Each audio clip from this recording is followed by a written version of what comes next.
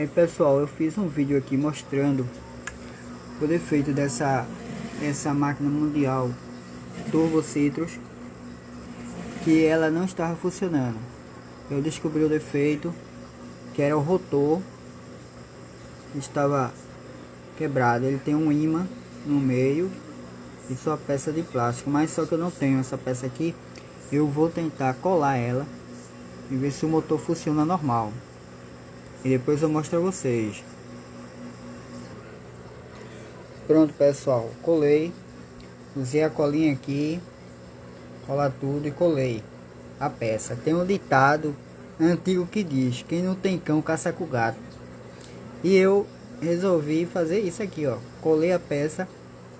Eu não tinha onde arrumar essa peça, eu colei. Bora ver se vai dar certo. Eu vou botar na máquina. Já montei aqui. Agora bora ver o funcionamento da peça, né? Aí vocês verem que tá funcionando, ó. Funcionou. A cola serviu. A cola serviu.